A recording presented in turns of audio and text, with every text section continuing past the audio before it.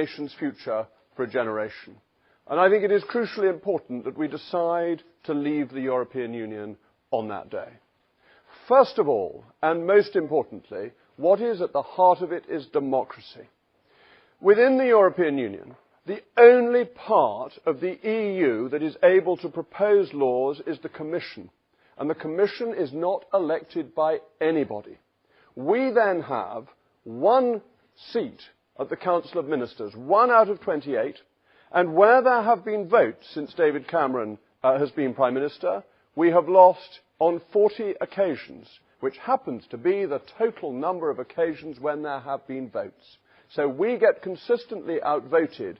But what this means is that in areas that have become the competence of the European Union, how you vote at a general election doesn't matter. John Mills is a Labour supporter. He can say in his manifesto that he wants a policy on trade that is completely different from mine. He might want to put tariffs on to protect Port Talbot. And I might say I don't want tariffs, I believe in free trade. We can't decide that. That's all decided by the European Union. It is not within our competence. So your vote at a general election is irrelevant. We heard from Caroline Lucas about the organisation created by Mr. Varoufakis. He was the finance minister of Greece, you all remember. But he was booted out by the European Commission. He had a vote, a referendum in Greece, to say that they didn't want to do what they were told by the EU and the IMF. So what happened? The finance minister has to go. The government has to do what it's told by its masters in Brussels. That, ladies and gentlemen, undermines your fundamental democratic right to have the government you choose if you're Greek. But it happens here too. In the areas of competence, the EU rules. Let me take the issue of ladies' sanitary products and the VAT on them. To get that reduced, the Prime Minister had to get the permission of 27 other heads of government and of state. If the British Parliament voted to do it unilaterally, it would be illegal. So VAT rates on sanitary products are a matter that your vote doesn't count on. It has to be decided in the European Council. But it's not just the democracy that matters. As John Mills said, there is a very high cost to doing it. It's a cost partly in the contribution that we make in 2016. It will be £11.5 billion net contribution. Now that's after the money for the farmers, the money for Northern Ireland and Cornwall, the money for scientists has all been paid. And after our rebates come back, there's £11.5 billion of your money that goes to fund European projects. If we saved that, it would be the single biggest cut in the deficit since 2010. Of one single action. The welfare cuts that were proposed in the budget were £1 billion. This is £11.5 billion that we could save. But the worst thing about the European Union is that what it does, it fails at doing, and then asks to do more. Look at the common agricultural policy. That's 40% of EU spending. And what has that done? It has created inefficient farming in Europe, high prices in Europe, high tariff barriers that have tended to penalise some of the poorest farmers in the world who cannot export their goods to us. But also higher prices for hard-pressed consumers. Dairy products, sugar products, all of those are more expensive because of the protective tariffs that make a European fortress to keep things out. But it's not just the common agricultural policy that has failed. The common fisheries policy is anything worse. Managed to make cod endangered, and cod used to be the commonest fish in our seas. But what about the euro? I know we're not a member of the euro, but surely we have some concerns about our neighbours. Ladies and gentlemen, do you know what youth unemployment is in Greece? 47%. 47% crushed under the heel of the European Union, enforcing policies on them that have ruined that economy and which were forced upon them because actually the Eurocrats wanted to drag Greece into the euro for symbolic and political reasons. And then we hear the scare stories. The City of London will be doomed. The City of London has prospered since well before the European Union was established. About 4 times the population of Frankfurt work every day in the City of London. So where are they going to live if they all move to Frankfurt to take their business there? And on the environment, I will just finish on. Millions of pounds are spent by the car manufacturers to get the regulations they want. That's why the EU became so pro-diesel engines, fiddled the tests to encourage diesel engines. Diesel emissions have been killing people. That's the clean air you've got from the European Union, and we can't do anything about it. Your choice, ladies and gentlemen, on the 23rd of June. Democracy, efficiency, and saving money all point in the direction of leaving.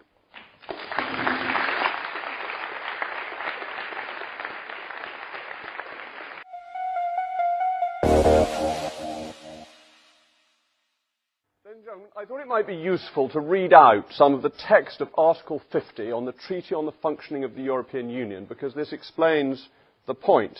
It's Article 50, subsection 4.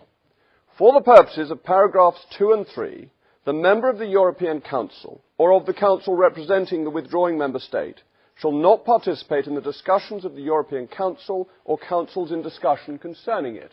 What that means is that we negotiate with the European Council about how we leave, but we are not in the Council negotiating with ourselves.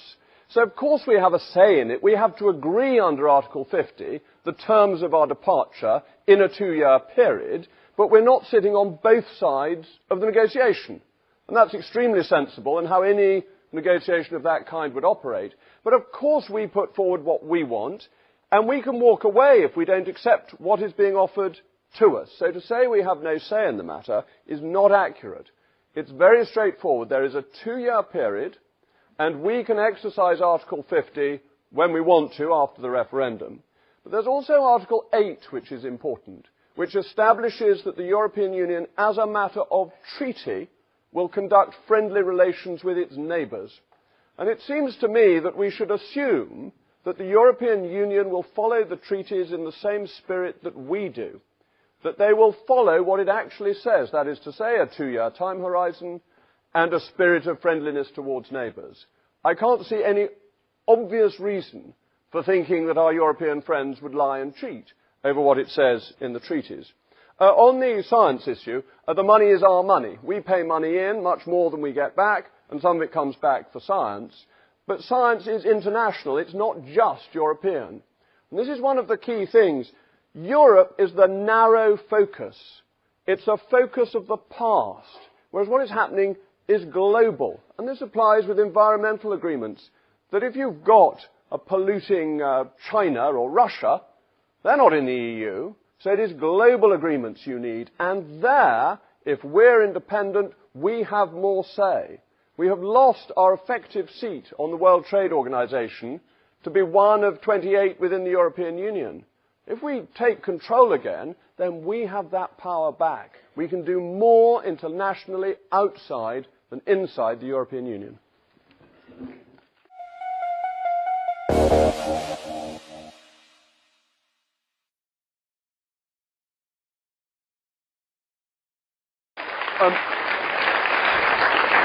On the issue of security, security goes way beyond. The international listening system is the UK, the US, Canada, Australia and New Zealand. A lot of its work is done at GCHQ in Cheltenham, and that is absolutely fundamental to our security, to try and pick up terrorist traffic. But within the security issue, the next most important thing is control of your borders.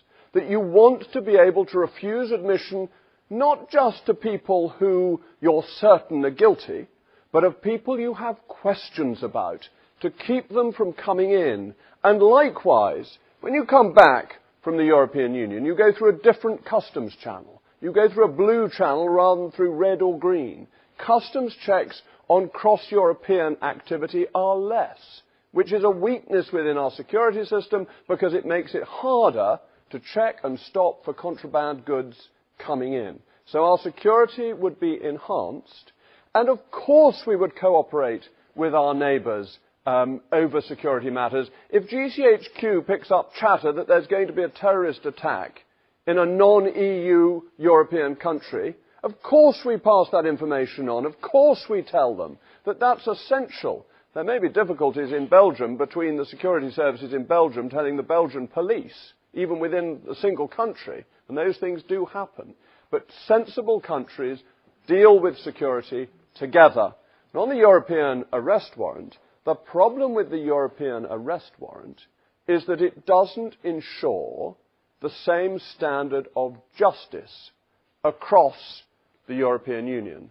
So when Croatia joined the EU itself said in its admission documents that the police and the judiciary in Croatia were corrupt and that progress towards getting rid of corruption had been unsatisfactory.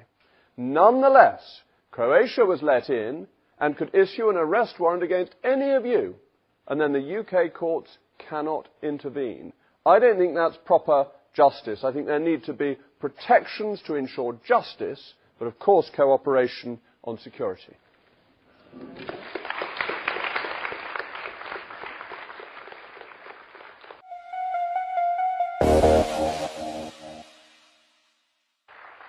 By the way, he's slipping out. He has to do an interview, and he's hoping to come back and do his closing remarks. So, Jacob Rees-Mogg, just on this, on the aftermath question, please, and anything else you'd like to come back on. Thank you. On the two specific questions, the UK's relations afterwards, this is where Article 50 is crucially important. The two-year period to negotiate a British deal that will suit our interest and Europe's interests. And there is a provision for that not succeeding. And if it doesn't succeed, we are a member of the WTO, which has an average tariff of 2.5% on manufactured exports. So there's a fallback position if the first position, the two-year renegotiation, fails. On the question of more reforms if we voted to stay in, well, no, there won't be more reforms if we vote to stay in. That it will then be a commitment to further European integration, that we have had our go at reform. We got very little out of those negotiations. And if you vote, ladies and gentlemen, to stay in the European Union, you are voting for the EU to be a fully fledged federal state. That's the big decision that is being made. And it's worth adding in those terms, the gentleman at the back made a point on migration, which I thought was of the greatest importance. I hugely disliked the discussion we had on migration during the renegotiations, suggesting that people came here purely to get a few benefits to basically swindle the British taxpayer. I thought it was absolute nonsense. People who come here are brave, courageous, admirable people who very often leave their family behind when they come here to work hard and send their money back home to look after those families. I have the greatest admiration for people who have that gumption and courage, and to talk about them as if all they were interested in was a few pounds of benefits was, I thought, disrespectful to their human nature. And I thought it was wrong and not the true reason for what was happening. On Ireland, Ireland is not a member of Schengen, and therefore people have to show passports when they arrive in Ireland. We have travel arrangements with Ireland that predate our membership of the European Union. So Ireland would not be a free-for-all. It would be perfectly possible to continue with historic arrangements to ensure that there wasn't a great loophole in the way people could get into the UK to leave us in just as bad a position as we are currently in. Sorry? So what about the Blue Channel that you talked about earlier? Well, the Blue Tunnel, there would be our ability, as we had during the Troubles, to have people inspected, that it's not a border that everyone has to go through every day. But of course, for security reasons during the Troubles, we kept a very close eye on the border to try and stop gun running and things like that. It's not inconsistent to have a border that people can pass through, but you're keeping an eye on. And the idea that this is suddenly going to be the way in for any EU member state citizen who wants to come to the UK is ridiculous. They'd be able to come to the UK directly. They'd just have to show a passport. We'd be able to do security clearance. It would be like Americans coming into the UK. It's perfectly possible and reasonable to do that. And it would be much easier for them to do that rather than to come through Ireland. And if they were doing that, you might be a bit suspicious of them. Keep a lookout in case that was the criminal coming through. And I just want to answer a very good point on the WTO and rules in the WTO. The difference between the WTO and the EU is that if the WTO finds against the UK, that is not British law. If the European Court of Justice finds against the UK, That is British law. So if there's a judgment of the WTO we don't like, we can refuse to implement it. If there's a judgment of the EU we don't like, it is our law. There is nothing we can do to stop it, and that is the crucial difference.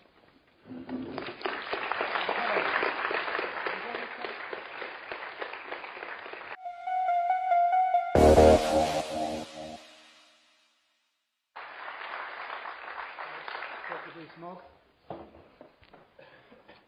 Ladies and gentlemen, the European Union is a state. It has the symbols of a state, the flag, the anthem, the parliament. It has the laws of a state that are our laws, even if we don't vote for them. But it is a failed state. What it does and what it goes on to do has not served its peoples well. We tried for reform. I wanted the Prime Minister to get bold reforms, and he returned with thin gruel. If, with the threat of us leaving, we got so little, you see how low the chances are of fundamental reform. But if we leave, there is a chance that the European panjandrums will take it seriously, will at last realise that what they are doing is an elite scheme that has removed itself from its peoples, and that it needs to re-engage with electorates. Our leaving could be the shock that makes the EU take reform seriously. I agree we have a duty to our neighbours. We have a duty to our neighbours to help them prosper. We have a duty to our neighbours to help them be free and democratic. And actually, I think we deliver on that duty by leaving and encouraging them to introduce their own reforms. But for us, it is about democracy. It is about your choice. I get the impression that this hall is not very fond of TTIP. If the UK is on her own, I might stand for election, I probably would stand for election, arguing for something like TTIP. And Caroline would argue against it, and you, ladies and gentlemen, could vote for which you wanted. And if I got in and I introduced TTIP and you thought it was rubbish and all the scares came true, you could chuck me out. And thank you.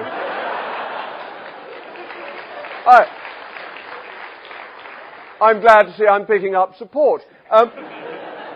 And you could put Caroline in her place. But if we sign up to TTIP with the European Union, that's it for a minimum of 20 years. And even then, if you put a Green in or Labour in or whoever you put in, we wouldn't be able to get out of it unless we got all the other member states to agree too.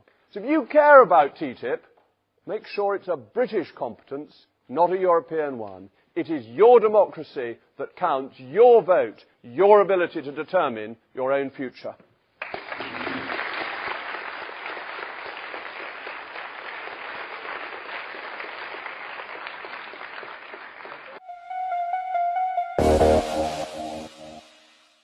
Looking anxiously over my shoulder to see if John Mills is coming back, but unfortunately he's not.